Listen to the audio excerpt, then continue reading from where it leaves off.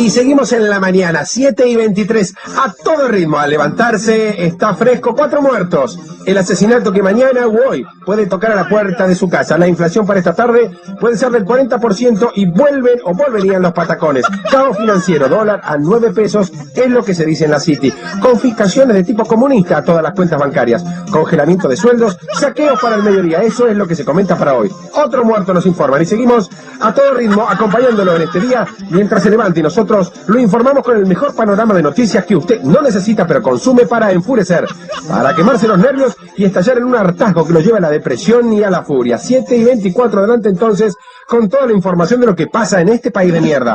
Todo mal y todo cada vez peor. Vamos a Carlos Alberto Ortiga desde el móvil en el puente Pueyrredón, donde quizás haya un piquete hoy que puede cagarnos la vida como todos los días. Carlos. Así es, caos en el tránsito. Un piquete de la agrupación de extrema izquierda de jubilados extremistas que pese a que declararon solo estar en protestas, claro, que tienen como idea cortar el puente Pueyrredón durante 8 meses y descuartizar a todos los ciudadanos cuyo apellido empiece con la letra P. Atención, la gente llamada Pérez o Petinari. Y bueno, esto en un país en serio no pasaría. 7:27 de la mañana. Y leemos acá el Wall Street Journal, un diario muy serio, de un país muy serio, que comenta esta mañana que las perspectivas económicas para la Argentina son, dice acá, nefastas, desastrosas y calamitosas, y que de no corregirse ciertas variables en el mediano plazo, la semana que viene nos van a medir negros, muchos negros, y nos van a coger para después finalmente matarnos. Cogidos y muertos es el título del comentario. Para pensar, ¿eh?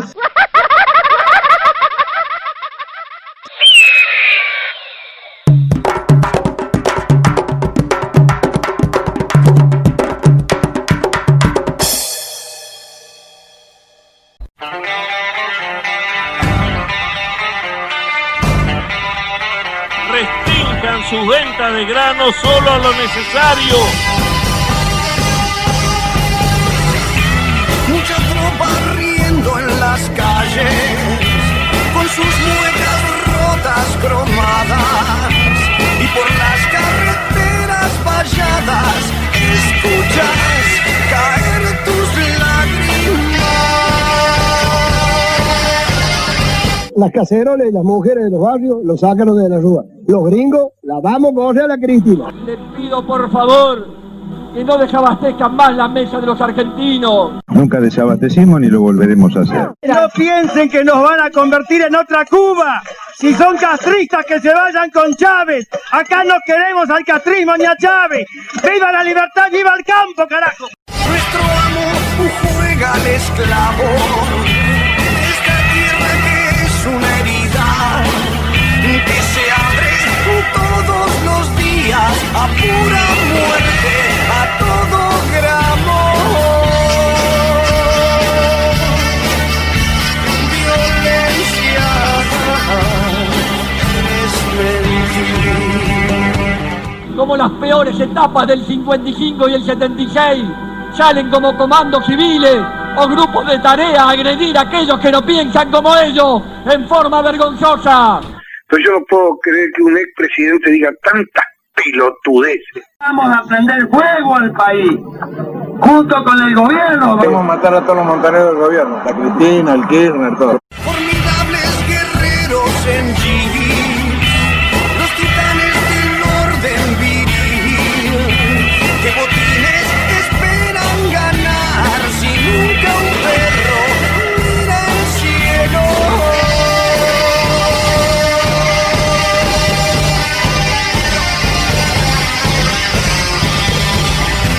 Por los tipos que huelen a tigre, tan soberbios y despiadados. Violencia es mentir.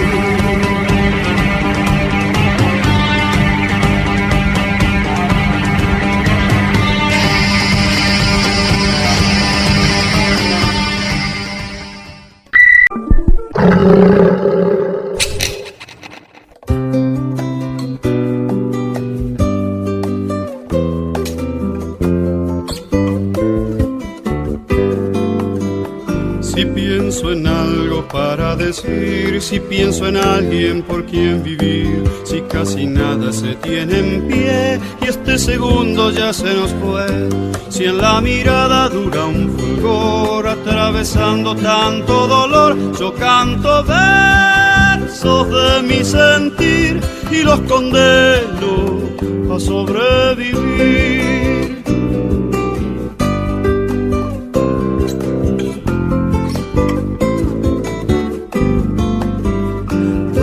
Parece el sol no alumbrar, donde se muere de soledad, en lo más hondo de esta quietud, donde oculto la sangre, la luz, donde agoniza un ángel guardián y se nos pudre el agua y el pan. Yo canto versos del corazón y los enciendo en una canción.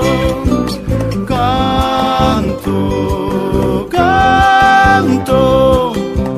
tan débil soy que cantar es mi mano alzada y fuerte. Canto,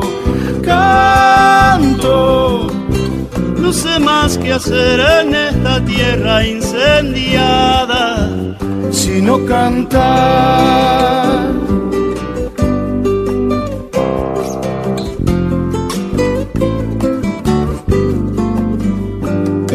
Invisible de una ciudad donde se ocultan odio y verdad, donde las bocas de un nene gris corren sonámbulas detrás de mí. La infortunada noche que un Dios arrepentido nos olvidó, yo canto versos de furia y fe pa' que me ayuden a estar de pie. Canto, tan débil soy que cantar es mi mano alzada y fuerte. Canto, no sé más qué hacer en esta tierra incendiada, sino cantar. Canto, tan débil soy que cantar es mi mano alzada y fuerte. Canto, ¿qué más hacer con palabras deshabitadas sino cantar?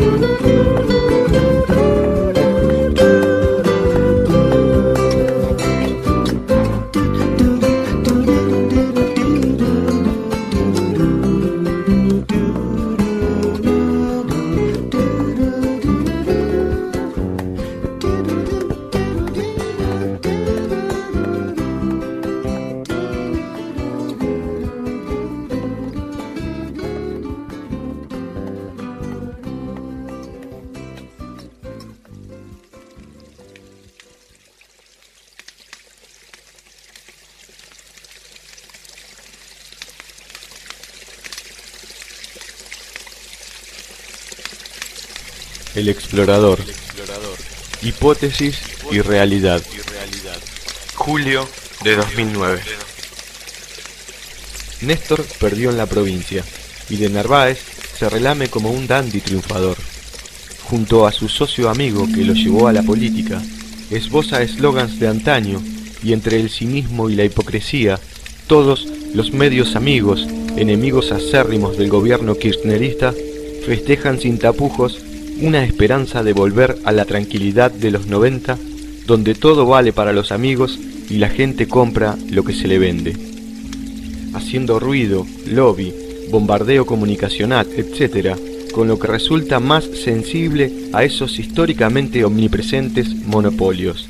Tal el caso de la ley de radiodifusión, las retenciones a las rentas extraordinarias de la agroexportación, la incentivación al avance de los juicios a las juntas militares, el apoyo al retorno de Zelaya a la presidencia de Honduras, el acercamiento a gobiernos como el de Chávez en Venezuela, Morales en Bolivia o Correa en Ecuador, por mencionar algunas de las medidas y posicionamientos que en mayor medida irritaron e irritan a esos viejos y omnipresentes monopolios, omitiendo, manipulando y tergiversando lo que tal vez, seguramente, resulte más importante y trascendental para la gente común. Se infla por acá, se oculta por allá, se siembra dudas por este lado y se ayuda al olvido de aquello otro.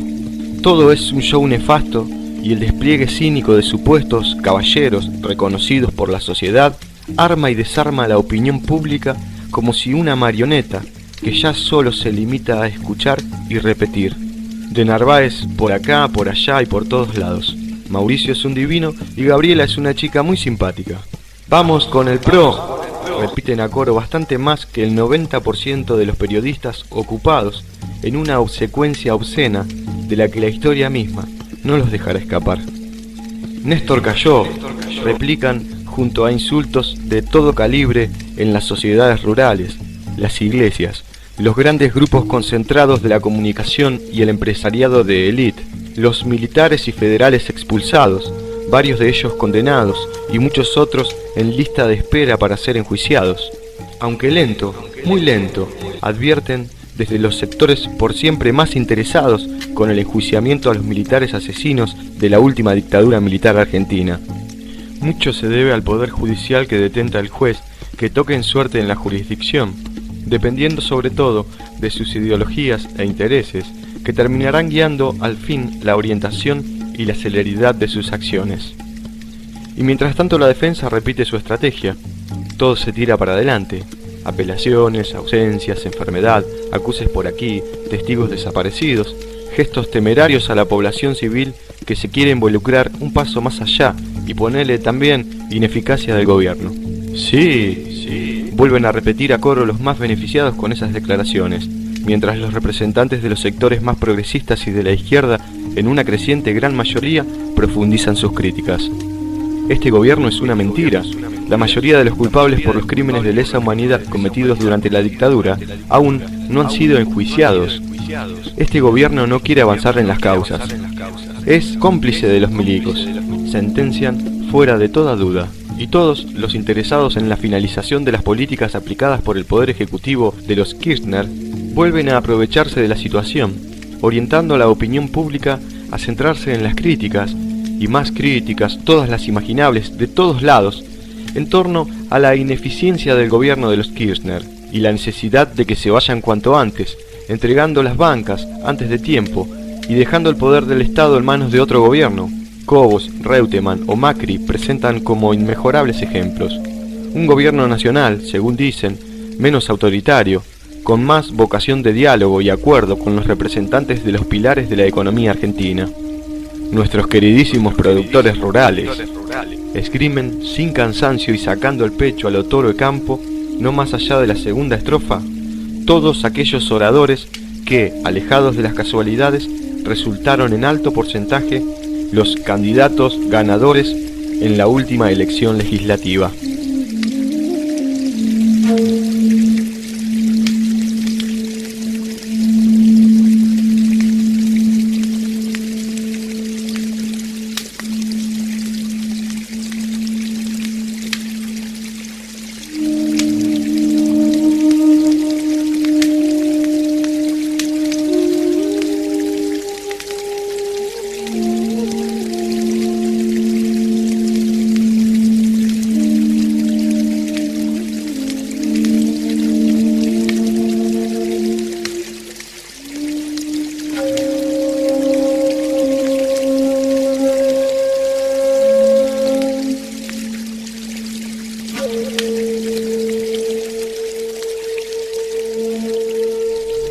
Se insiste, sin embargo, con los juicios, y observan con preocupación los militares procesados y se les frunce el pecho a los militares y civiles que algo tienen que ocultar. Y son más de los que pensamos, y muchos de los cuales comparten el privilegio de haber heredado el 80% de la Argentina junto a las otras familias de la gran burguesía que desde la rural, la iglesia y el ejército construyeron un Estado a su medida. Néstor Kirchner es un muerto político, sentencian al unísono los líderes de la oposición. Sentencias amplificadas y masificadas hasta el hartazgo por todos estos supuestos señores comunicadores y analistas serios y sabios de los diarios, las radios y la televisión, que se permiten silenciar, por otro lado, cualquier noticia que desmantele a los candidatos ideales recreados por el marketing. Noticias tales como los vínculos innegables de Narváez con los traficantes de efedrina, la detención del custodio personal de Cobos por integrar una banda de policías federales que robaba blindados, o la designación sin vergüenza y hasta con orgullo de Delfino Palacios al frente de la Policía Metropolitana creada por Macri, el ex jefe de la Policía Federal, expulsado por el gobierno de Kirchner, tras detentar en su prontuario vinculaciones temerarias e innegables con la mafia local, nacional e internacional. Y la lista de ocultamientos es todavía muy extensa, pero eso no importa, todo sea para voltear a los Kirchner. Hay que desgastar al gobierno de los Kirchner, son un obstáculo, advierten todos los opositores de todos los sectores, según se amplifica y reitera. Y bienvenidas y cotizadas las voces que defenestran a este gobierno. Y todo vale. Se remarca con creces la inoperancia del gobierno para contener primero la crisis financiera internacional, después el dengue y más recientemente la gripe A H1N1, utilizando los datos del creciente desempleo o las muertes por alguna de dichas enfermedades, para pegarle una vez más al gobierno, en una actitud al menos irresponsable, cuando no inmoral y temeraria, festejando políticamente cada muerte, utilizada al fin como un motivo más para expulsar definitivamente al gobierno. No informando así con la intención de democratizar la información significativa para la prevención o la cura de tales enfermedades, sino solo para la instalación del pánico y la potenciación y el estímulo a la destitución del gobierno kirchnerista. Todo vale y no existen acciones del gobierno en estos últimos 7 años que puedan ser juzgadas como positivas para el bienestar de la población y el crecimiento del país. Todo es negativo y lo presentado como bueno es desmentido hasta el cansancio y reinterpretado como su contrario. Todo es negativo y cualquier simpatía con alguna mínima política ejecutada o propuesta por este gobierno nacional basta para ser motivo de descalificación en términos peyorativos, diagnosticándose al emisor como oficialista kirchnerista, incapaz por ello de poder realizar alguna reflexión mínimamente válida en torno a cualquier análisis social, político, económico o cultural. El que simpatiza con este gobierno está inhabilitado, según esta hegemonización interpretativa de la realidad histórica que vivimos, para realizar cualquier comentario plausible de poder ser tomado en cuenta, así sea que el mismo provenga de algún reconocido y respetado analista, intelectual, político o actor social. Y es justamente este paroxismo el que convierte en irracionales las posturas de la oposición, además, por supuesto, de los nexos innegables y viscerales que mantienen con los sectores históricamente más hegemónicos y funcionales en relación a la devastación de nuestra ciudadanía. Solo basta con recorrer la historia argentina y latinoamericana, con releerla y reescribirla, para comprender la dimensión de los roles ejercidos y los intereses en juego de todos los actores involucrados.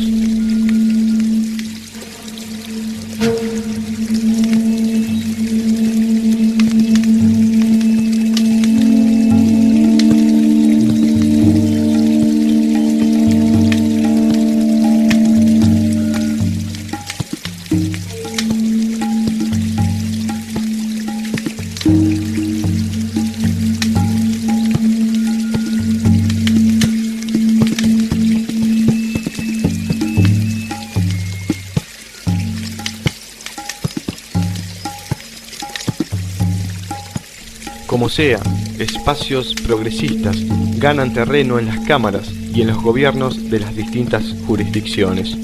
La derecha, mediocre y bizarra, tiene su techo hasta ahí nomás. Esos son todos los que son. Y teniendo en cuenta que casi un 40% del electorado no concurrió a votar, uno puede aventurarse a conjeturar que al menos entre el 70 y el 80% de la población no está de acuerdo con las políticas de esa derecha vernácula. No es poca cosa. Y no es poca cosa que desde el 2001, y particularmente desde el 2003, y más profundamente desde mediados del 2008, con la crisis generada por la Resolución 125, y luego de estas últimas elecciones legislativas de medio término, la sociedad argentina en su conjunto, en competencia con la frivolización y la despolitización, ha ampliado y profundizado sus niveles de politización, mostrando un creciente interés por la cuestión social, revalorizando a la política como la herramienta de transformación sociocultural y económico-política por excelencia. En esa sintonía, el logro del Nuevo Encuentro, ubicado hoy como cuarta fuerza en la provincia de Buenos Aires, o de Proyecto Sur, posicionado como segunda fuerza en la ciudad de Buenos Aires, abren importantes márgenes de esperanzas de una profundización y consolidación de los cambios hacia una sociedad más justa y equitativa. La sociedad argentina se ha politizado mucho desde el 2001, después de un largo vacío ideológico y un severo desinterés por la cosa pública. Y a pesar del hambre que lejos está de cesar en todo el mundo, tal vez nuestra democracia, en concordancia con su edad cronológica, esté atravesando una adolescencia tardía, debiendo enfrentar y superar las crisis características de estas etapas para alcanzar al fin el tan ansiado salto cuali y cuantitativo hacia una mayor madurez y afianzamiento que favorezca en mayor medida y con mayor poder, garantizado por la construcción de un Estado argentino del siglo XXI, la emergencia de un gobierno del pueblo definitivamente consolidado que potencia hasta el cansancio el mejoramiento de las condiciones de vida y existencia de todos los hombres.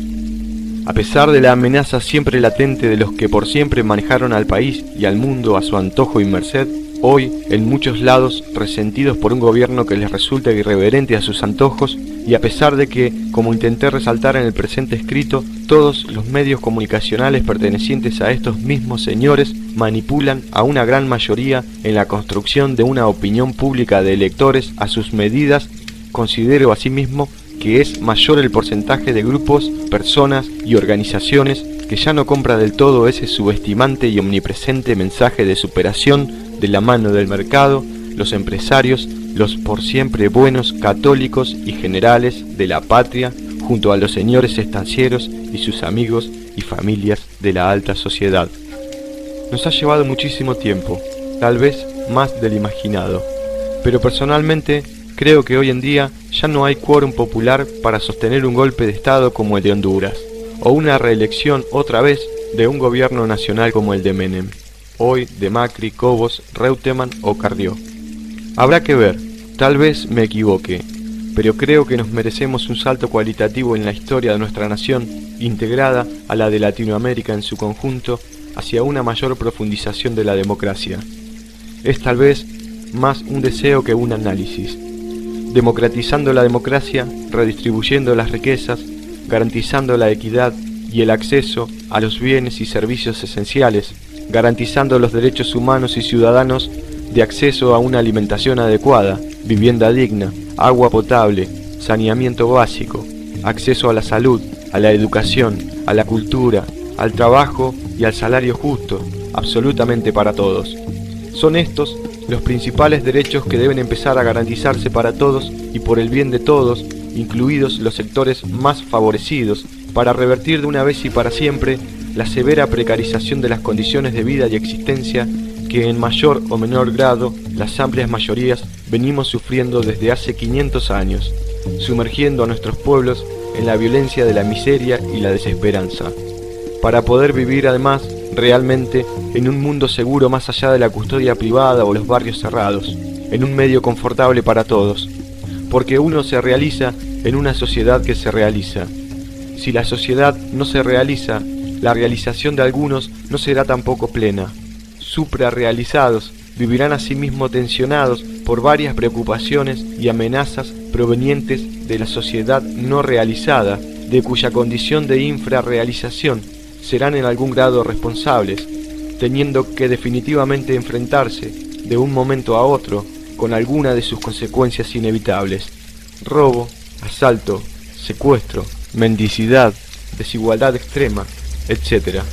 Es necesario hacer un alto en la historia para reelaborar las acciones que nos condujeron y conducen a empeorar estas condiciones, lo viejo conocido, y disponer de las herramientas necesarias para poder distinguirlas de aquellas otras que apuntan a profundizar y ampliar las conquistas sociales alcanzadas en estos largos y sufridos años. Y tal vez, acaso, hoy en día, todo eso sea más probable, más posible. Así sea. El explorador. Hipótesis y realidad. Julio de 2009. El explorador.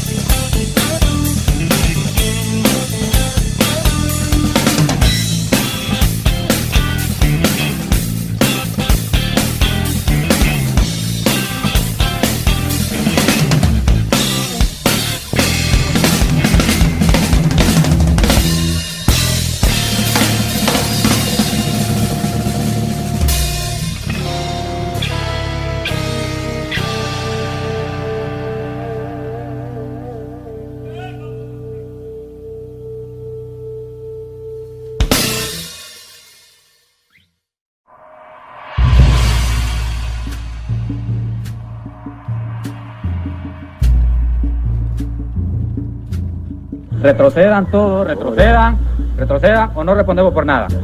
Calma, brother. Calma. He sido víctima de una extorsión, de un chantaje, de un secuestro a mano armada, a la fuerza, con violencia brutal. Y sacado de mi casa, apuntado con armas de grueso calibre, con gente encapuchada, subido en un avión a la fuerza y conducido a San José sin ni siquiera saber para dónde llegamos. Esto no tiene ningún carácter de legalidad, lo que han hecho es un exceso de la fuerza brutal, del exceso sin límites que da el poder de tener un arma frente a un civil desarmado, porque yo en mi casa ni siquiera armas porto, pues. El golpe de Estado ocurrió el mismo día donde convocaba a una consulta popular para reformar la Constitución. ¡No tenemos miedo! ¡No tenemos miedo! ¡No tenemos miedo! Han secuestrado al presidente, nos han cortado la luz para que no haya medios de comunicación. Ustedes son los únicos que están aquí cubriendo la noticia. Queremos a nuestro presidente, por favor, devuélvanos. Yo llamo al pueblo, uno, a la calma, pero dos, a que defiendan los derechos de la sociedad. Si no sabemos defender los derechos de la sociedad nosotros mismos, a una resistencia pacífica, a la no violencia, a que busquen los métodos de la desobediencia civil, que son un proceso de no violencia, para exigir a esta sección de usurpadores que hagan prevalecer y respetar el sistema democrático de Honduras. ¡Vendieron los militares a los grupos de poder! ¡Vendieron de nuevo! ¡Miserables! ¡Pero la historia les hará justicia!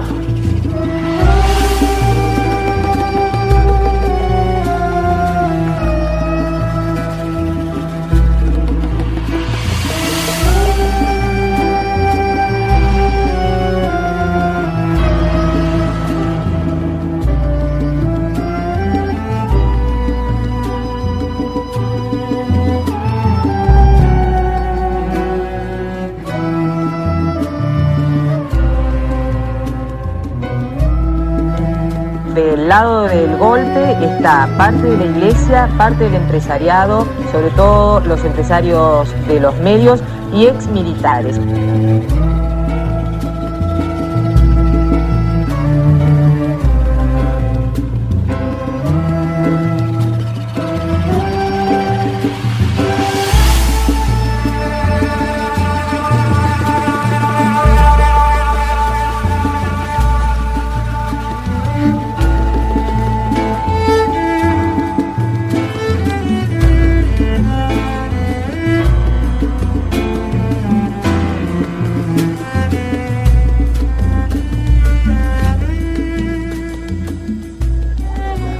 Gracias, presidente, por ese esfuerzo que está haciendo Costa Rica. Nosotros creemos que hemos sido congruentes con la posición de Honduras, que es la restitución del Estado de Derecho, la restitución de la democracia y la restitución, como lo ha pedido la Organización de Naciones Unidas y la OEA, del ejercicio del presidente electo por el pueblo hondureño, que es su servidor. Gracias, presidente. Estoy convencido que nosotros, como hondureños, podemos solucionar nuestros problemas internos reconociendo los valores esenciales. 1. Somos un país que se ha caracterizado por el respeto al imperio de la ley y la importancia que históricamente hemos otorgado a la Constitución de la República y a las leyes. Creemos que la base de todo diálogo debe originarse fundado en el respeto a la ley. 2.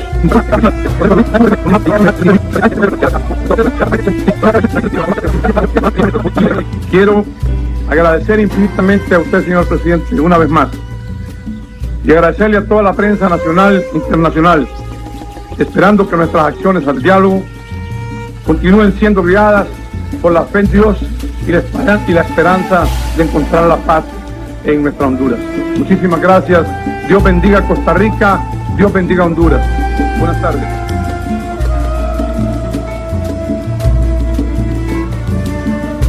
Del lado del golpe está parte de la iglesia, parte del empresariado, sobre todo los empresarios de los medios y exmilitares.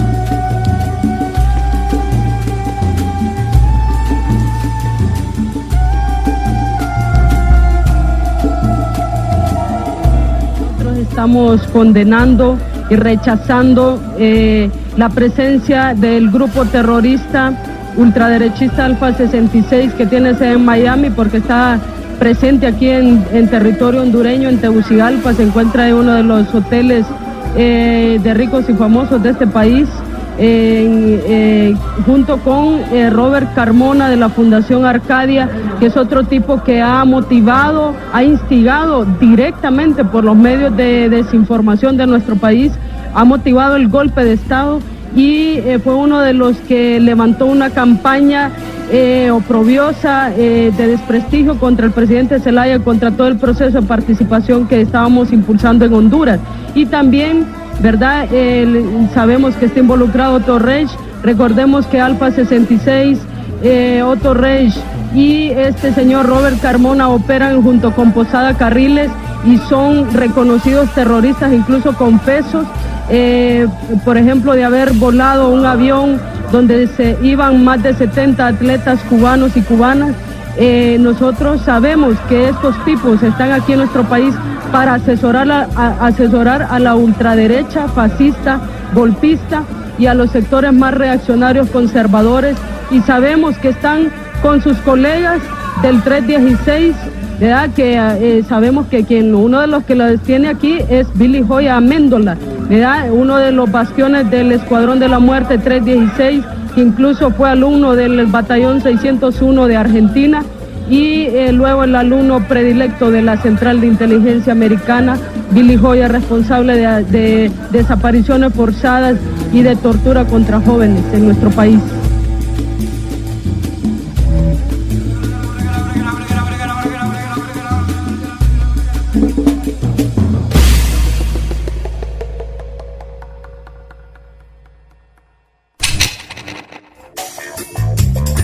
Son asesinos profesionales, se entrenan para asesinar, matar a gente indefensa, aunque no haya hecho ningún mal, despiadados y con resentimiento, salen a esperar que la oportunidad se presente de descargar sus armas, descargar una y otra vez contra gente indefensa de la población. Es su cultura caer en la locura y arrastrar a quienes no se sepan agarrar. Arrastran y queman culturas enteras, sí. Arrastran y arrastran hasta la miseria, hasta la desesperación.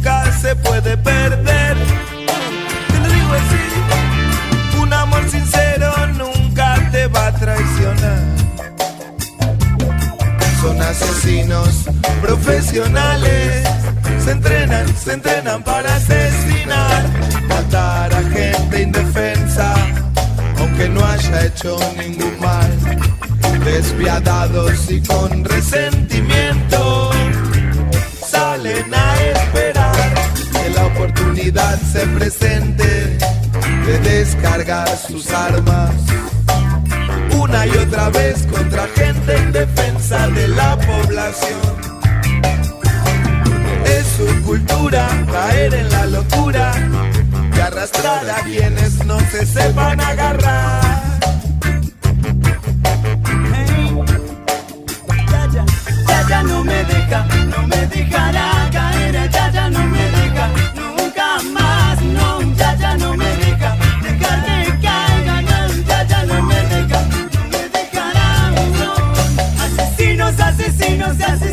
Asesinos, oh, oh, oh, yeah, yeah. Killers come,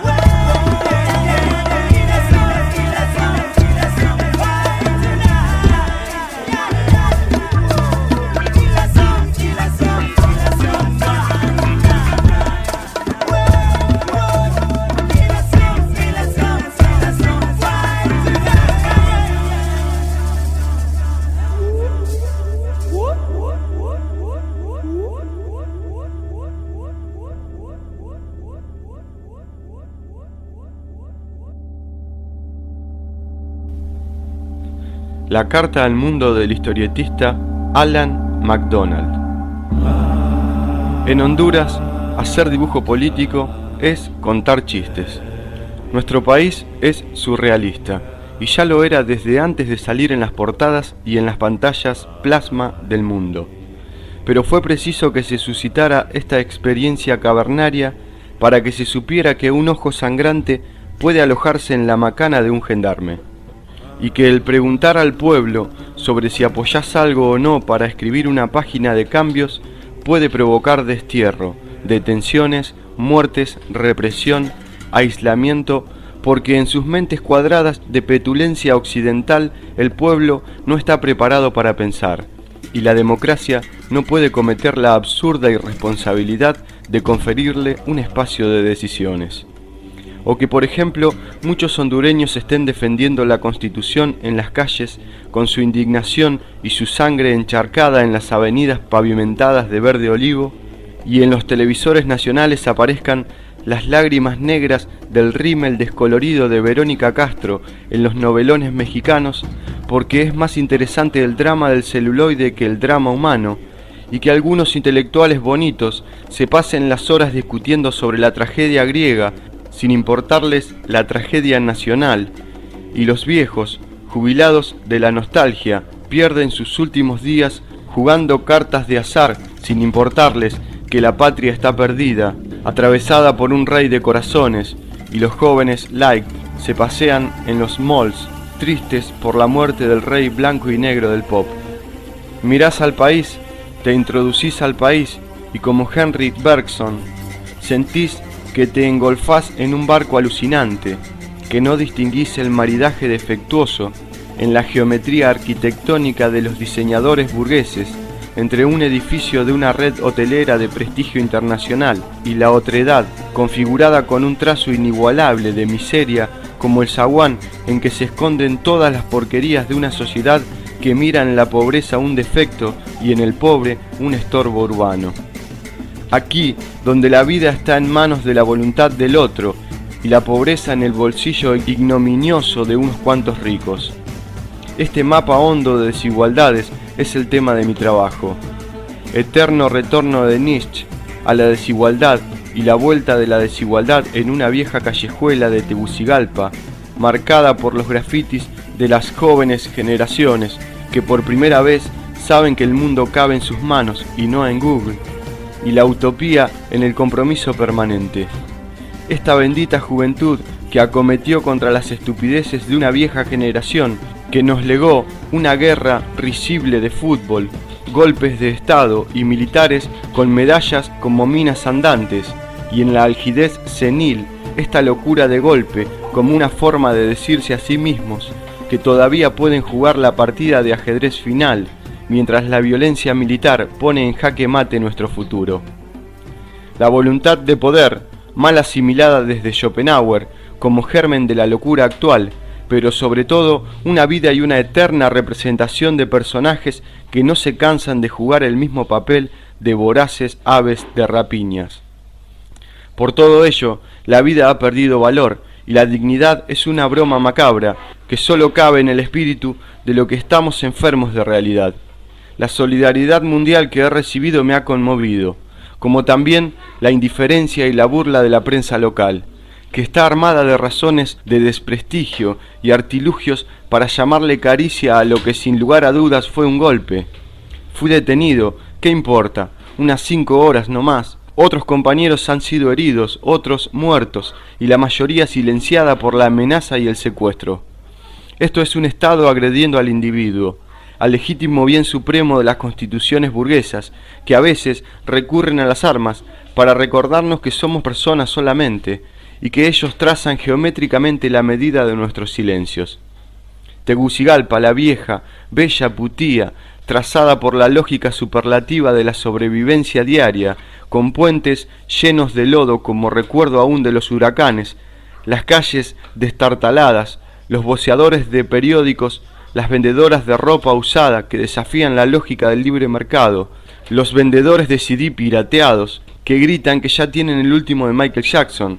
Esta Tegucigalpa colonial, un hoyo de casitas miserables, una ciudad barrida de fantasmas del siglo pasado, que viven esperando un milagro para sentirse capital, hoy es el centro del club de los últimos gorilas del siglo XXI. Tegucigalpita de mis amores, hoy congestionada de marchas de ricos que abultan la masa con guardaespaldas, y en las otras calles, muchachos con sus morrales en las espaldas, librando la batalla de sus vidas, campesinos descalzos, descamisados, madres solteras a puño limpio con los militares, con caras de niños campesinos, explotados por el sistema, con uniforme ajeno y garrote prestado, militares pobres que no saben qué guerra liberan, que nunca han leído esas teorías de la izquierda o derecha. Su única ideología es ponerse un casco que los libre de las piedras arrancadas con el alma de los muros de la resistencia. Esta es la Tegucigalpa que hoy retrasa su faena cotidiana para lidiar con el fervor ciego de unos fanáticos que como tigres hambrientos ven en el rito de la sangre la confirmación sádica de su salvajismo. Hans Arp y de Chirico podrían recortar el diario y hacer collage de taxis llenos de tanques de sangre y de muchachitos sacados de las etnias milenarias para disparar el odio que no pudieron conjurar con la venganza de siglos. O mujer caminando con luctuosidad de una actriz y un niño vociferando en sus faldas de seda el próximo número de la lotería. Así es Tegucigalpa, así las desigualdades, así la ternura de la utopía diaria, así el amor a la vida, así la necesidad de cambios. Así lo leyó nuestro presidente, de quien diariamente se reían porque no se comportaba con la delicadeza y los urbanismos de un ministro europeo, y provocó reformas que perforaron bolsillos herméticos. Así es la Honduras, a quien han despojado de voz, porque en las calles solo se permite que digas que tenemos un Mesías con apellido italiano, pero con un corazón propio de las peores mafias napolitanas. Fui y seré siempre ese pobre muchacho que hace caricaturas, que no tambalea ni una mosca, que ningún político de Honduras se molestará en reprimir, porque ¿qué daño podrían hacer esas rayitas espantosas que dibujo? Si dibuja más bonito mi sobrino de 4 años, decía esta tarde un periodista de radio golpista, y es verdad, porque mi accidente de detención fue condenado por miles de personas en el mundo, por centenares de cadenas televisivas y periódicos de decenas de países en el mundo entero, pero en Honduras es una carcajada eso que se llama conciencia. Ser respetado en el mundo por tu trabajo te da esa sensación gris y fatal de que uno acá es innecesario, como la democracia, que al final de cuentas es también una caricatura. Alan McDonald, Tegucigalpa, una tarde a finales de junio de 2009. Esta carta fue dada a conocer por Alan McDonald a través de su página www.alanmcdonald.com.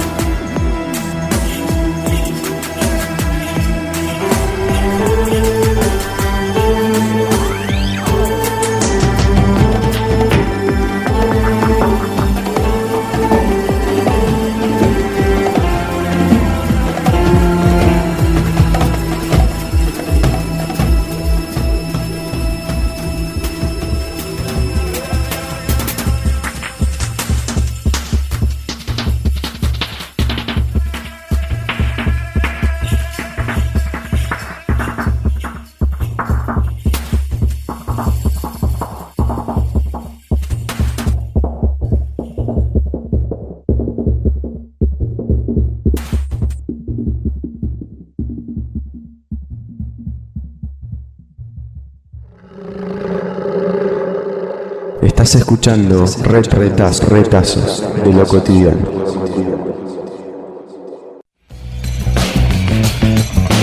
Todo el mundo quiere confundirnos, pero hay que saber leer lo que no está escrito, mirar lo que no nos muestran y escuchar lo que no nos dicen. 103.1 La Comunitaria FM. Cadenas. Multimedios. No te dejan crecer. A vos. A tu vecino. Son unos pocos. Sin diversidad. No hay comunicación. No podemos convivir con leyes de la dictadura. Democratización de la influencia de los medios. Para que no te hagan la cabeza. Para que todas y todos podamos vernos y escuchar. Bien público. Derecho esencial. De todos. Derecho a informar e informar. De todos. De todos. De todo. Conmebol. Pueblos originarios. Contenidos. Cultura. De todos. Necesitamos una nueva ley de radiodifusión. Para la democracia, una ley de la democracia. Farco, Foro Argentino de Radios Comunitarias.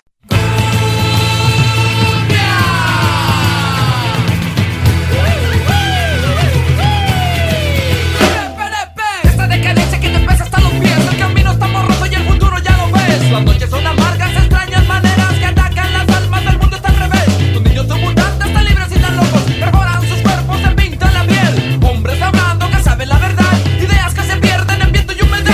Y sigo caminando en tanta decadencia. Con tranquilidad en estos tiempos de violencia.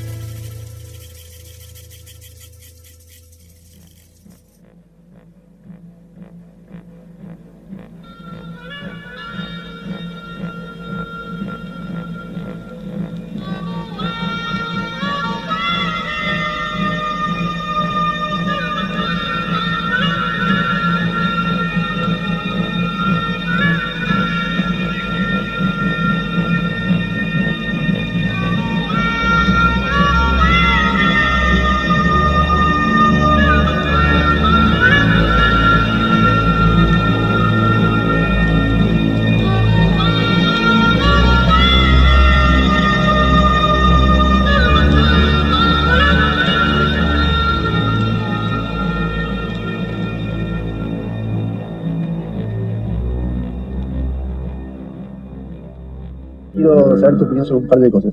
Honduras. Creo que se va a resolver yendo a una elección. ¿Cómo va a ser esa elección? Va a ser difícil de verla. Pero no veo en este momento que ninguna de las dos fuerzas... ¿Te parece que fue un golpe de Estado? ¿Te parece que es, como dicen el gobierno hondureño, una sucesión constitucional? En realidad lo que se está discutiendo en Honduras, y esto es bueno para la región, son siempre las excepciones, porque otra vez desde la presidencia de Honduras se intentó las reelecciones indefinidas, hacer modificaciones de la Constitución, y hubo una rebelión frente a eso. Digo, más allá de lo que sucedió, es un mensaje para toda la región. Yo creo que una vez tenemos que salir de las excepcionalidades, una vez tenemos que cumplir la ley, una vez tenemos que cumplir la Constitución, y creo que Honduras es un caso típico precisamente de un conflicto de la excepcionalidad. Para eso es lo primero para decir sobre Honduras, no que hubo un golpe de Estado. En Honduras lo primero que hay que decir es que tiene un 82% de pobreza.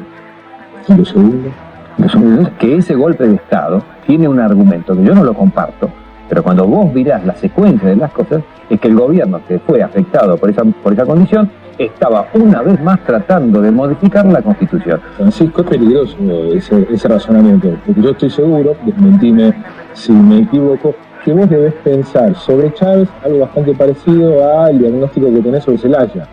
Sí. En el cual justificarías o no verías tan mal. No, discúlpame. No se desprende. Te lo voy a decir en castellano. No estoy de acuerdo con lo que pasó en Honduras. Pero también estoy viendo que en el proceso de Honduras, que no lo estaba siguiendo tan de cerca, cuando se comenzó a vislumbrar que podía suceder esto, hubo advertencias de los otros gobiernos de la región diciendo, señores, van en el camino equivocado. ¿Y qué estaba generando esa situación? La intención de Zelaya de volver a modificar la Constitución para llevar la condición que no lo permitía a permitir las reelecciones indefinidas. Lo hemos vivido en nuestro país, lo vivimos durante los 90, y aquí lo vivimos, que en Misiones, gracias a Dios, se paró, porque si no estábamos discutiendo en Argentina. Por supuesto que sí, gracias a Dios. No es que vinieron los militares, agarraron un tipo, lo pusieron fuera del país y lo echaron. Ernesto, yo estoy de acuerdo, se paró bien, pero una vez ni siquiera hay que ver que se pare.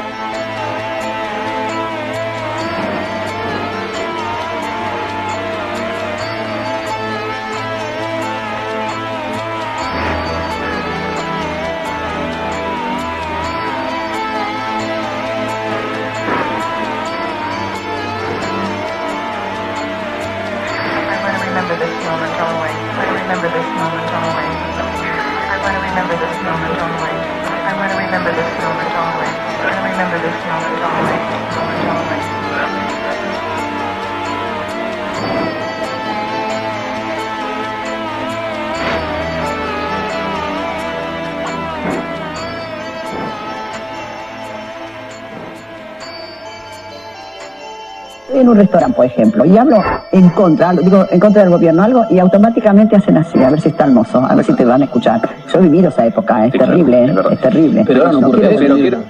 Ahora no ocurría eso. Mira, ¿ocurría eso en este momento en Argentina? Hace pocas semanas, sí. El antikirchnerismo telefónico de Ismael. Soy periodista. ¿Ocurría eso en este momento en Argentina? Hace pocas semanas, sí. El antikirchnerismo telefónico de Ismael. Soy periodista. Pero ¿cómo un periodista me dice que no ocurre eso? Pero que usted me dice, usted está hablando que había temor a hablar en la calle. Absolutamente. Pero la verdad que me sorprende. No, la gente tiene miedo de hablar. La gente tiene miedo. Te dice, me mandan la impositiva, la CIDE, la gente tiene temor. Me sorprende que digas eso. No, a mí me sorprende que me diga oficialista por disentir en eso. Pensá en los colegas tuyos que los han sacado de los medios por hablar en contra. Han habido unos cuantos. Ahora, ¿le parece, Mirta, que los medios no son críticos del gobierno? A mí me parece que sí. Yo trabajo con mucha libertad. Tengo la suerte de trabajar en este canal. Pero muchísima libertad. Crítico no quiere decir que hayamos tenido miedo y reserva. He notado esta última semana una condición que antes de la elección no se sentía. La gente no quería hablar por teléfono. Por cuidado, por lo que sea. Yo hablo por teléfono y escucho clic, un ruidito raro.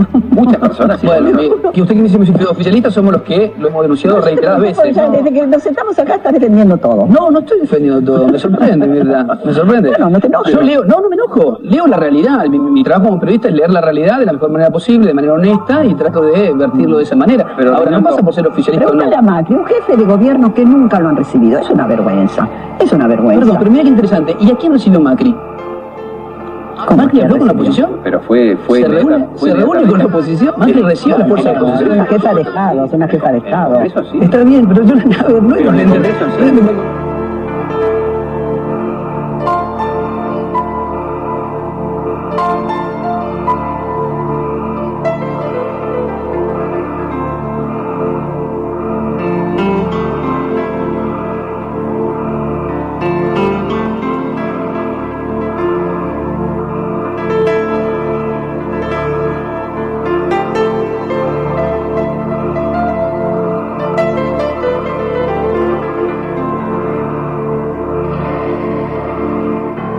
te estás llevando con la Argentina, con la vida política argentina? No, la vida política me sigue decepcionando día a día, me parece que es una vergüenza espantosa.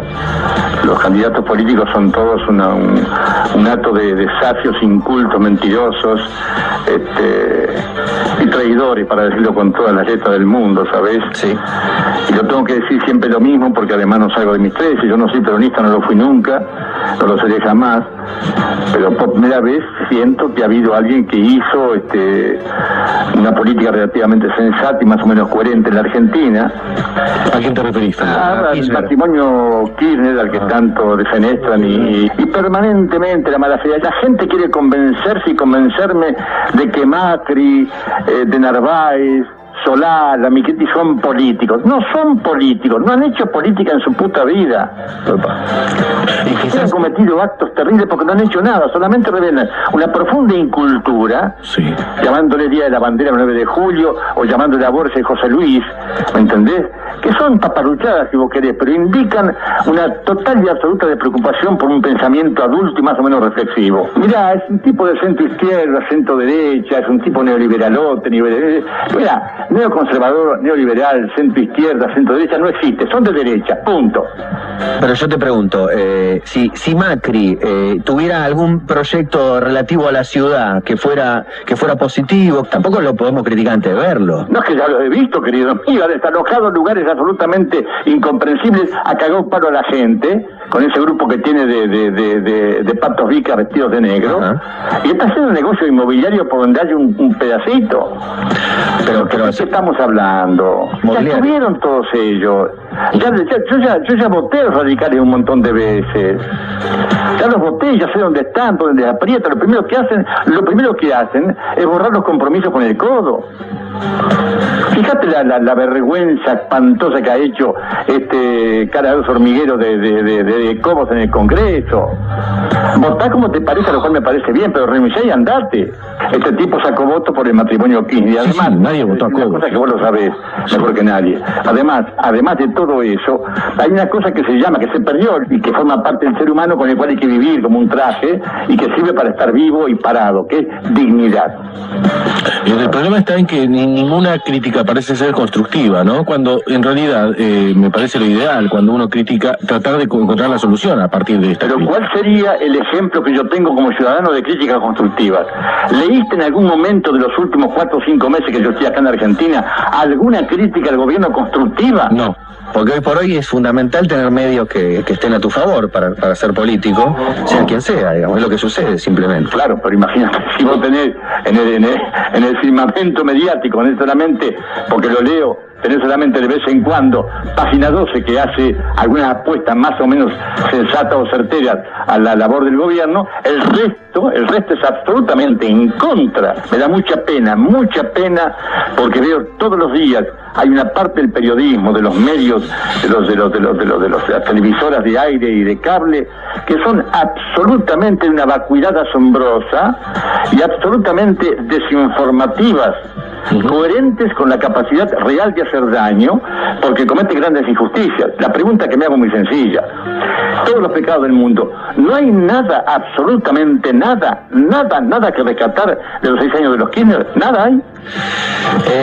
Eso es uno de los hechos, pero en tiempos de demonizaciones, en tiempos de debilidad de un gobierno, es cuando saltan los más críticos, y parecieran no haber otra mirada sobre las cosas. Si Mirta Legrand dice, cuando haya una buena noticia yo la voy a comunicar, como si en 7 años no hubiera habido ninguna. Mirta, que antes hablaba poco y escuchaba más, ahora se ha convertido en una derechona gorilaza que dice lo que le venga en gana y además no tiene ninguna importancia. No escucho 2 frases seguidas que tengan, insisto, un carácter adulto, cívicamente poderoso, políticamente creíble, con propuesta, con inteligencia, con reflexión.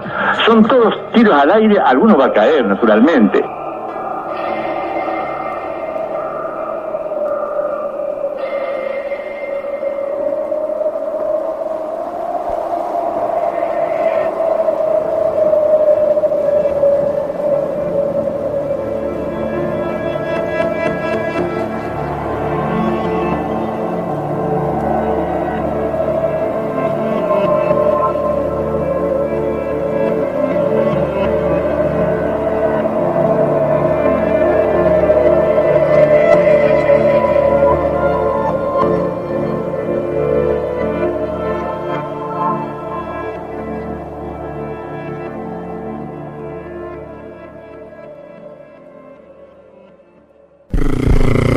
Retazos. Argentina.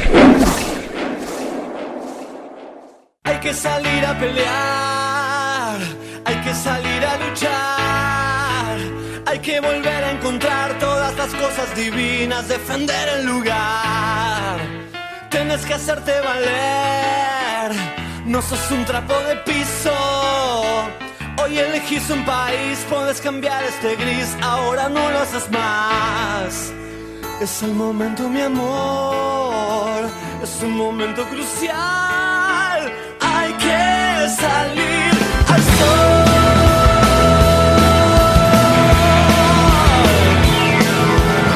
Yo no me banco el dolor que me cargan en la espalda.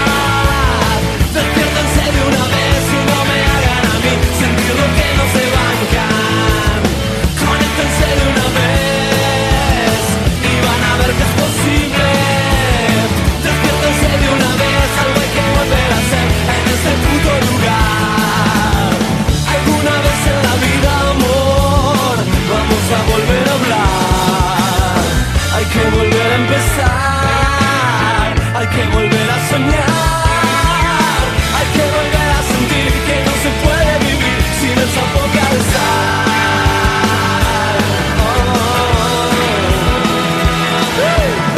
El odio me hace sentir a los cretinos de siempre, pero yo puedo cambiar el odio por libertad, también me asusta y me pierde.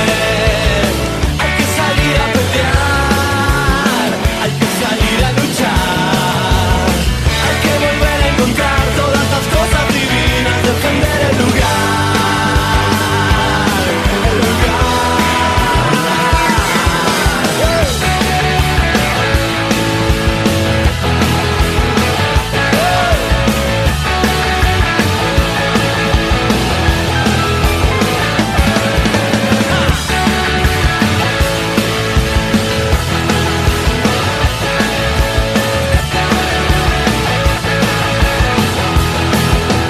Hay que salir al sol. Salir al sol. Salir al sol. Salir al sol.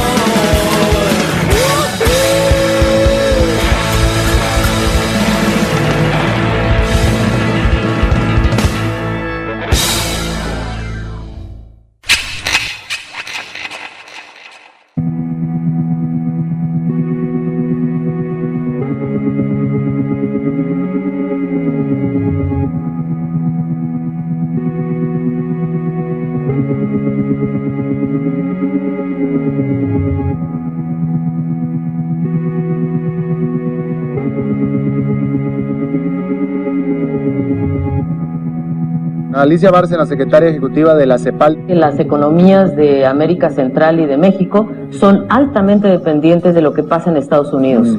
El 80% de las exportaciones de México va a Estados Unidos, o sea que está increíblemente ligada a las dos economías. El caso de las economías que crecen, por ejemplo, Panamá tiene una actividad muy fuerte relacionada con la construcción en el canal de Panamá, y también hay un sector de construcción muy activo, ¿no? Yo diría que en este periodo las dos cosas que caen muy fuertes, la actividad industrial, la construcción, y esos son los países más afectados, y el turismo. Ahora, países de Sudamérica, hablábamos de Argentina, por ejemplo. Argentina, en realidad, yo te diría que es mucho más alentador lo que vemos en la economía y en la microeconomía de Argentina.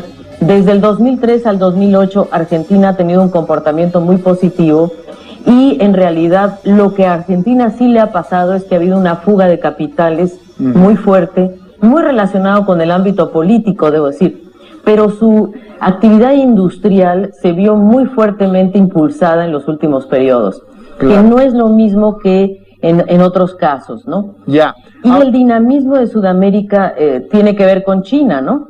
Fundamentalmente. Efectivamente, la región ha hecho esfuerzos muy interesantes. Nosotros hicimos una matriz comparada de todas las medidas que han tomado los países, la actualizamos a mayo de este año, y vemos que los países han tomado medidas desde monetarias hasta sociales, pasando por grandes estímulos fiscales. Comparamos 6 países y te podría dar alguna información importante.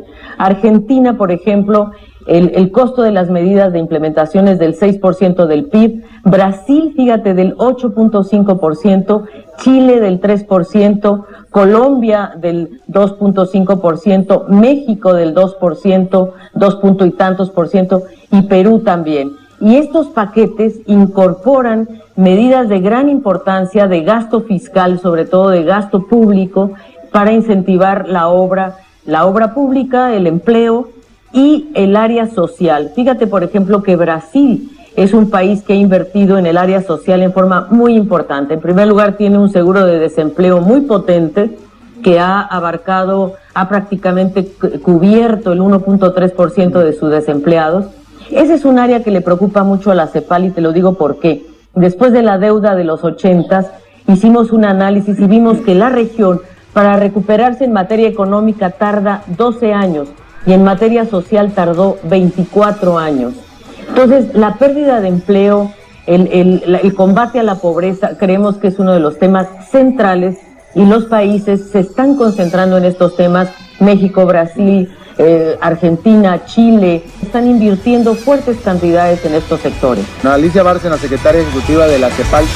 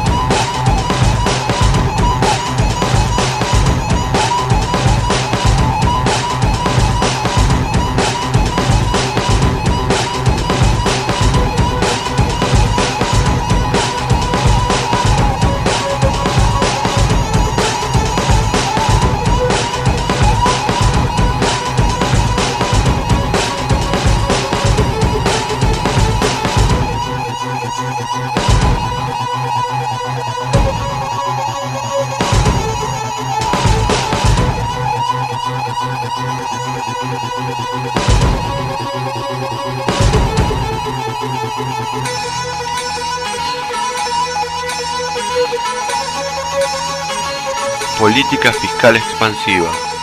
Respuesta ante la crisis. Por Diego Rubinsal. La crisis económica mundial instaló un ambiente recesivo con consecuencias aún inciertas. Los gobiernos se encuentran obligados a ensayar distintas respuestas para enfrentar este desafío. En ese contexto, se han multiplicado las voces que proponen una política fiscal contracíclica para sostener la demanda. En el caso argentino, el gobierno impulsa un ambicioso plan de inversiones públicas, un programa de recuperación productiva donde el Estado abona una parte del salario, 600 pesos, de alrededor de 90.000 trabajadores, y la utilización parcial de los fondos de la ANSES para financiar el consumo y préstamos hipotecarios. Ahora bien, ¿pueden los países latinoamericanos financiar una política fiscal expansiva? Esa pregunta no tiene una respuesta unívoca y depende de un conjunto de factores internos y externos. El primer tema es la histórica restricción latinoamericana, el nivel de endeudamiento externo. En contraposición a lo que ocurría en el 2002, la Argentina en particular y la mayoría de los países latinoamericanos en general han reducido sus niveles de endeudamiento. En la Argentina, la relación deuda pública-PBI pasó del 184 al 64%. En América Latina, el indicador también se redujo sustancialmente, del 64 al 31%. Esa disminución relativa del endeudamiento público amplía los márgenes de la política fiscal. Por otro lado, en el trabajo El papel de la política tributaria frente a la crisis global, consecuencias y perspectivas, 2009, Juan Carlos Gómez Sabaini y Juan Pablo Jiménez realizan un repaso del grado de exposición de la capacidad recaudatoria de los países latinoamericanos. Los autores realizan un relevamiento acerca de la participación de los recursos naturales como fuente de financiamiento, la rigidez institucional, el grado de relación comercial con los Estados Unidos, el nivel de participación del IVA, de los aportes y contribuciones a la seguridad social, del impuesto a la renta y de los impuestos a las importaciones en la recaudación tributaria, los ingresos por remesas y el balance del impuesto a la renta entre sociedades y personas físicas. De acuerdo con ese análisis, los autores concluyen que Ecuador, Bolivia, México y Panamá serían los más afectados. Esos países son altamente dependientes de los ingresos por explotación de recursos naturales. Tienen una baja presión tributaria y un significativo peso de las importaciones dentro de los recursos tributarios. Entre los países de exposición media se encuentran Paraguay, la República Bolivariana de Venezuela, Chile, Guatemala, Colombia y la República Dominicana. Por último, los países menos expuestos son El Salvador, Argentina, Uruguay, Costa Rica, Perú, Nicaragua y Brasil. Para los agoreros de siempre, parece que la posición relativa argentina no es tan desfavorable como quisieran. Diego Rubinsal, Política Fiscal Expansiva, Respuesta ante la crisis. Suplemento de Economía de página 12, 12 de julio de 2009.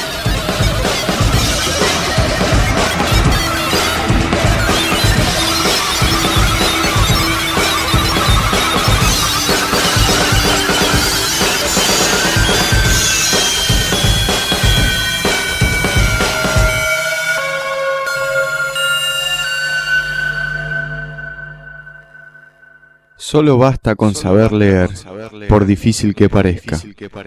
Michel Foucault, 1926-1984, filósofo francés. Porque hay un mundo y una historia más allá de nosotros, los argentinos, no solo rock nacional.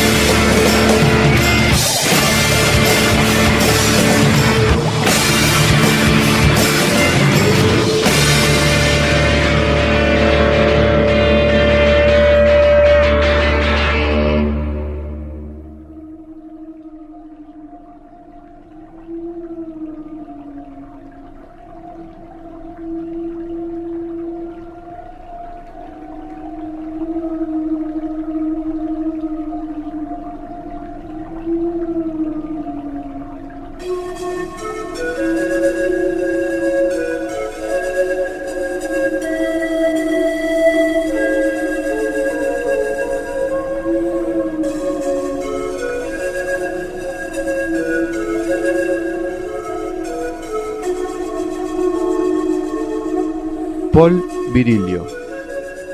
Arquitecto, urbanista, filósofo, su pensamiento describe una visión integral de lo urbano y de la urbanística dentro de un sistema tecnológico avanzado donde la velocidad, el tiempo, la información y las redes juegan un papel determinante. La civilización actual se diferencia por un rasgo, la velocidad, que entraña incertidumbre, riesgo, accidente. Las catástrofes no son nuevas, pero hay un vértigo cultural nacido de la aceleración del ritmo de la historia. El mundo de los medios de comunicación y el desarrollo de la cibernética aparecen de forma continua en su obra. Describe los problemas de una sociedad de la información donde el ciudadano se ve sometido a procesos de simulación de abundancia que esconden la realidad de la desinformación. Desde una visión determinista del desarrollo tecnológico, la crítica de Virilio entiende que las nuevas técnicas secuestran, seducen, simulan la realidad, hacen desaparecer la realidad.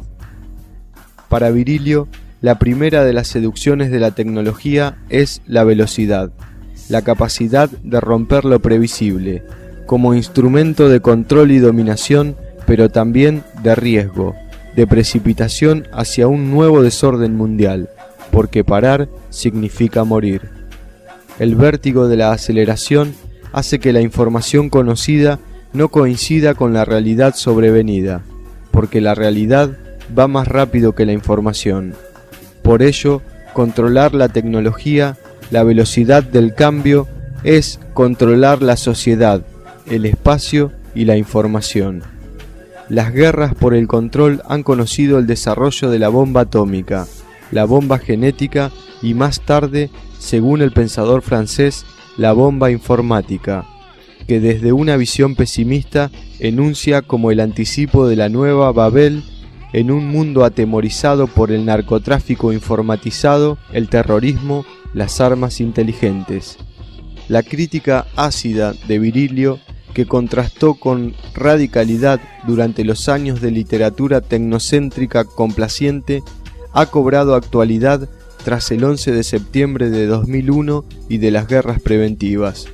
En su libro Estrategia de la Decepción, habla de los ataques automáticos dirigidos por los Estados Unidos contra los, entre comillas, estados delincuentes, basados en la ilusión tecnológica desarrollada por Washington tras la caída del muro de Berlín. Virilio retoma a Wiener en los fundamentos de la cibernética para descubrir en el desarrollo de la tecnología las claves de un nuevo totalitarismo. Si la cibernética es la gestión, la red de lo humano en su dimensión individual y social, la aceleración tecnológica, la velocidad de la técnica se convierte en poder y la velocidad de la cibernética en tiempo real se hace poder absoluto. La globalización, la mundialización del tiempo y la velocidad es, por consiguiente, el acotamiento espacial del control a través del dominio tecnológico. Al tiempo, esa velocidad se desprende de los referentes históricos, los aleja y oculta, por lo que la historia se transforma en mera estadística. Relevantes son sus reflexiones sobre el mundo de la imagen, ya que aúna y superpone en el imaginario individual y social los distintos planos de visualización. Para Virilio no hay imágenes autónomas. La imagen mental, la imagen virtual de la conciencia, no se puede separar de la imagen ocular de los ojos, ni se puede tampoco separar de la imagen corregida ópticamente. Enuncia un conjunto indivisible. Imágenes mentales, biológico-oculares, físico-ópticas, gráficas o pictóricas, fotográficas, cinematográficas, videográficas, holográficas e infográficas. Forman una sola y misma imagen, como enorme nebulosa filosófica, como una extensión biotecnológica de percepción-interpretación que supone una mutación en el régimen de interacción individual y social. Las imágenes electrónicas dinámicas y modelables por su definición numérica, crean un nuevo estatuto, una nueva cultura en el conjunto de las relaciones sociales y políticas. Pero sobre todas las imágenes se impone el flujo dirigido de las imágenes virtuales, recreadas por el culto a la cirugía estética de lo digital, con representaciones publicitarias idealizadas que ocultan las miserias de la realidad. Paul Virilio.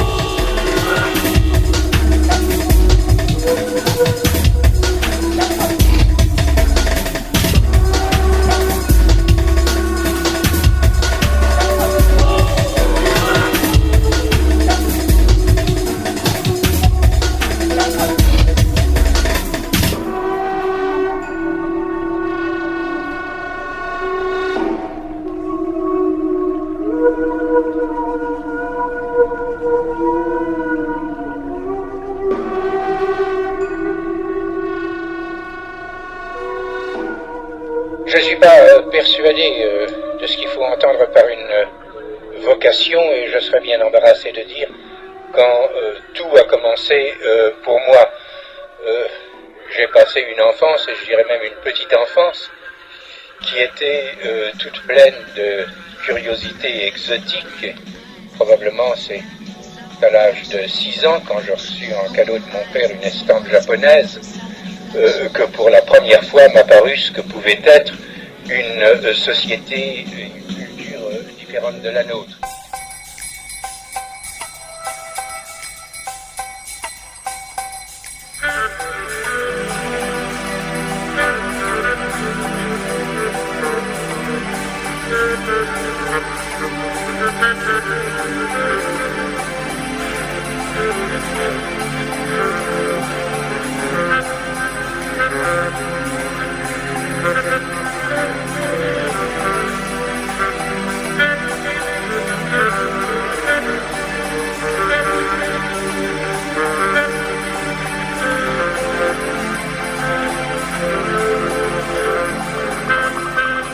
Carta de la Transdisciplinariedad, Convento de Arrábida, noviembre de 1994. Preámbulo. Considerando que la proliferación actual de las disciplinas académicas y no académicas conducen a un crecimiento exponencial del saber que hace imposible toda mirada global del ser humano, solo una inteligencia que dé cuenta de la dimensión planetaria de los conflictos actuales podrá hacer frente a la complejidad de nuestro mundo y al desafío contemporáneo de la autodestrucción material y espiritual de nuestra especie. La vida está seriamente amenazada por una tecnociencia triunfante que solo obedece a la lógica horrorosa de la eficacia por la eficacia. La ruptura contemporánea entre un saber cada vez más acumulativo y un ser interior cada vez más empobrecido conduce a un ascenso de un nuevo oscurantismo, cuyas consecuencias en el plano individual y social son incalculables. El crecimiento de los saberes, sin precedente en la historia, aumenta la desigualdad entre aquellos que los poseen y los que carecen de ellos, engendrando así desigualdades crecientes en el seno de los pueblos y entre las naciones de nuestro planeta. Al mismo tiempo que todos los desafíos enunciados tienen su contraparte de esperanza, y que el crecimiento extraordinario de los saberes puede conducir a largo plazo a una mutación comparable al pasaje de los homínidos a la especie humana. Considerando lo que precede, los participantes del primer Congreso Mundial de Transdisciplinariedad, Convento de Arrábida, Portugal, 2 a 7 de noviembre de 1994, adoptan la presente carta como un conjunto de principios fundamentales de la comunidad de espíritus transdisciplinarios, constituyendo un contrato moral que todo signatario de esta carta hace consigo mismo, fuera de toda coacción jurídica e institucional. Artículo 1.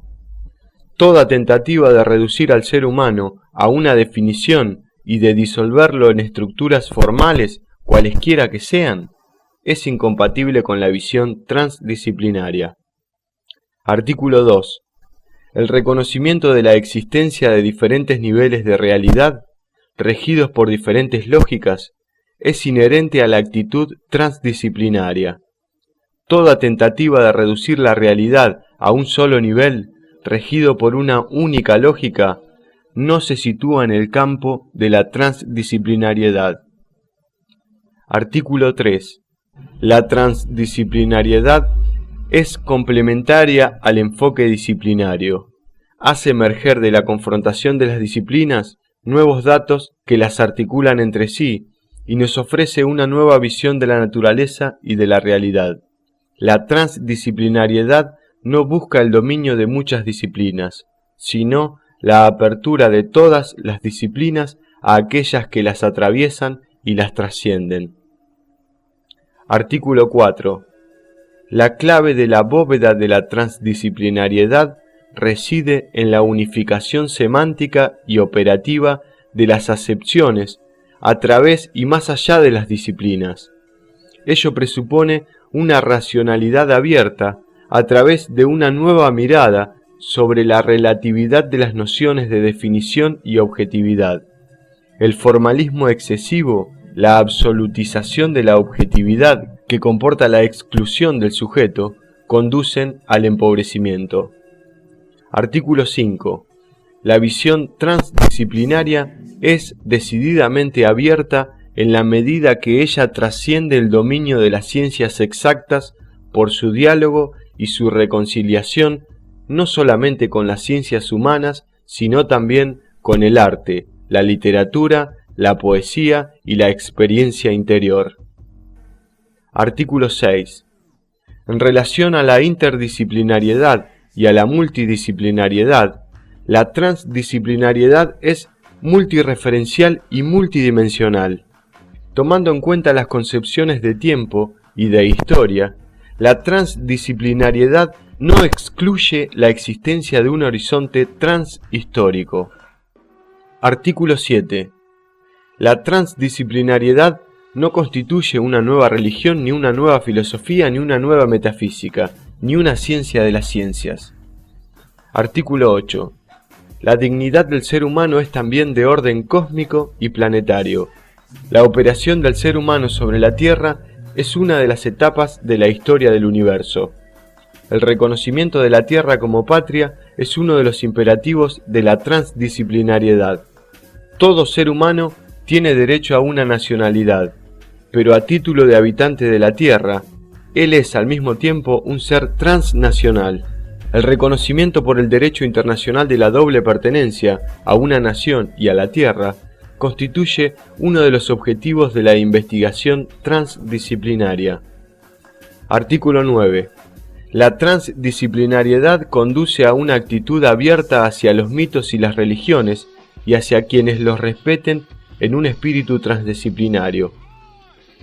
La transdisciplinariedad conduce a una actitud abierta hacia los mitos y las religiones y hacia quienes los respetan en un espíritu transdisciplinario. Artículo 10. No hay un lugar cultural privilegiado desde donde se pueda juzgar a otras culturas. El enfoque transdisciplinario es en sí mismo transcultural. Artículo 11. Una educación auténtica no puede privilegiar la abstracción en el conocimiento. Debe enseñar a contextualizar, concretar y globalizar. La educación transdisciplinaria reevalúa el rol de la intuición, del imaginario, de la sensibilidad y del cuerpo en la transmisión de los conocimientos. Artículo 12. La elaboración de una economía transdisciplinaria está fundada sobre el postulado de que la economía debe estar al servicio del ser humano y no a la inversa. Artículo 13. La ética transdisciplinaria rechaza toda actitud que niegue el diálogo y la discusión, cualquiera sea su origen ideológico, cientista, religioso, económico, político, filosófico. El saber compartido debería conducir a una comprensión compartida, fundada sobre el respeto absoluto de las alteridades unidas por la vida común sobre una sola y misma tierra. Artículo 14. Rigor, apertura y tolerancia son las características fundamentales de la actitud y visión transdisciplinaria. El rigor en la argumentación, que toma en cuenta todas las cuestiones, es la mejor protección respecto de las desviaciones posibles. La apertura incluye la aceptación de lo desconocido, de lo inesperado y de lo imprevisible.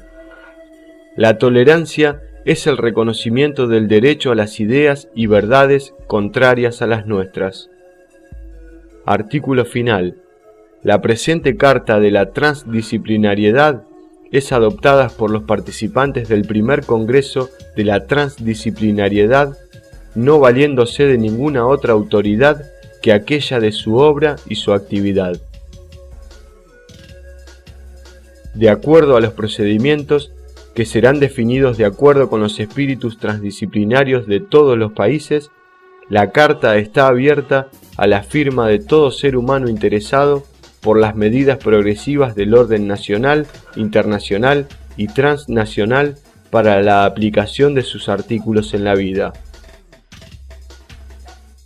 Convento de Arrábida, 6 de noviembre de 1994.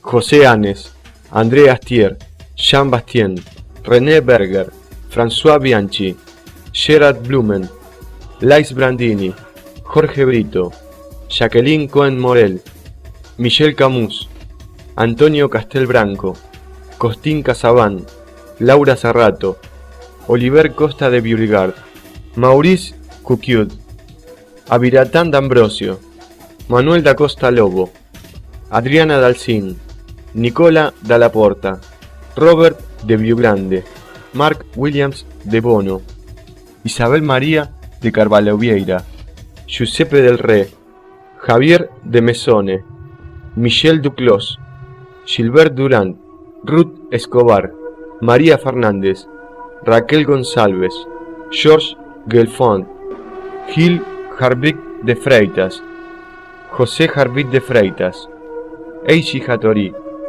Phil Heywis, André Jacob, Roberto Juarros, Anthony Hudge, Jacqueline Kellen, Jacques Lafayette, Ghislaine Lafayette Gemar, Lima de Freitas, Salomón Marcus, Michel Matin, Edgar Morin, Raúl Nicolau, Domingo Mota, Edmond Nocolau, Basarab Nicolescu, Alan Oriol, Patrick Paul, Odette Petrekin, Jean-Marc Philippe, Patricia Bruce Laverie, Philippe Kiau, Daniel Rabi, Michelle Random, Lucía Santaella Braga, Elizabeth Saporiti, Luigi Seco, Jules Six, Luis Sousa Ribeiro, Dominique Temple, Ana María Vieira. Convento de Arrábida, 6 de noviembre de 1994. Carta de la Transdisciplinariedad.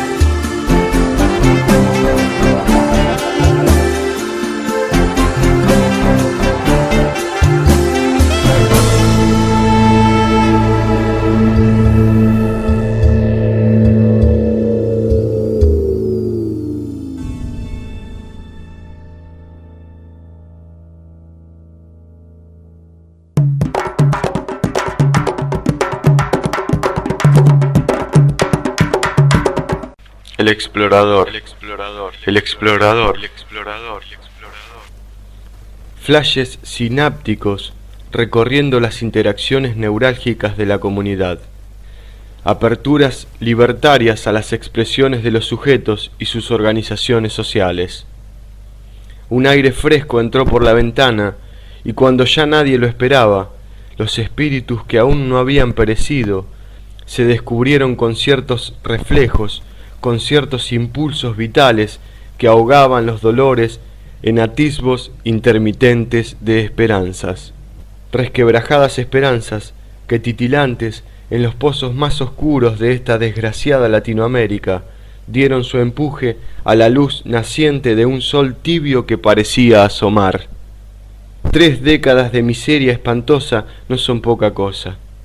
La vida entera de los más jóvenes interpretando la realidad y proyectando sus sueños en los marcos que ofrecía esa espantosa miseria. Toda una vida.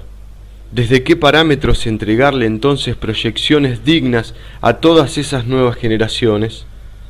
Y ahora, los que sobrevivieron, los que continúan sobreviviendo, vuelven a encender los ánimos libertarios y esperanzadores de una vida más digna.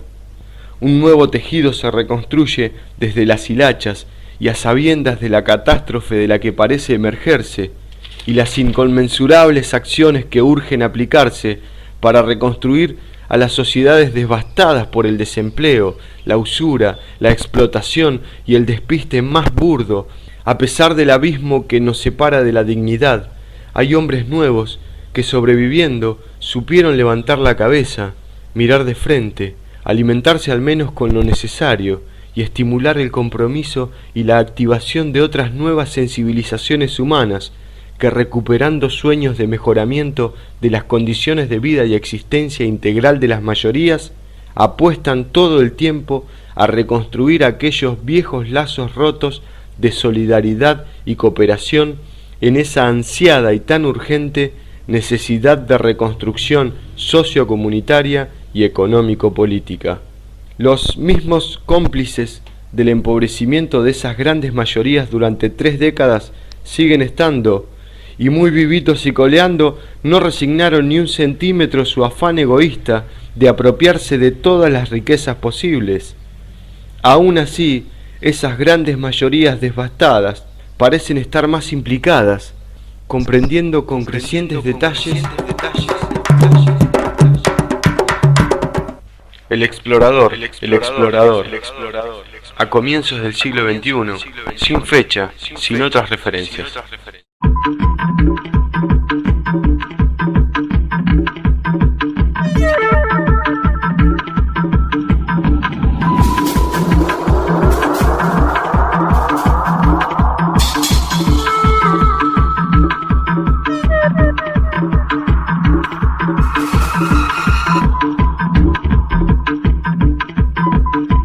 El que nada duda, nada sabe. Proverbio griego. Por eso, quien no sabe bailar, dice que los tambores no valen para nada. Proverbio ganés. Pero al no desesperar, todos los hombres son sabios, unos antes y los otros después. Proverbio chino.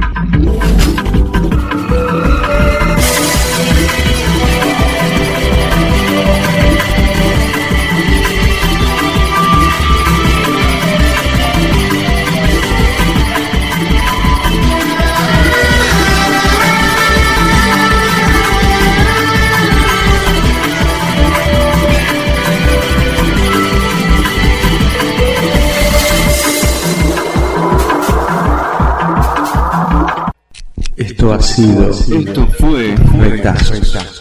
Retazos. Acabás de escuchar Retazos. Argentina.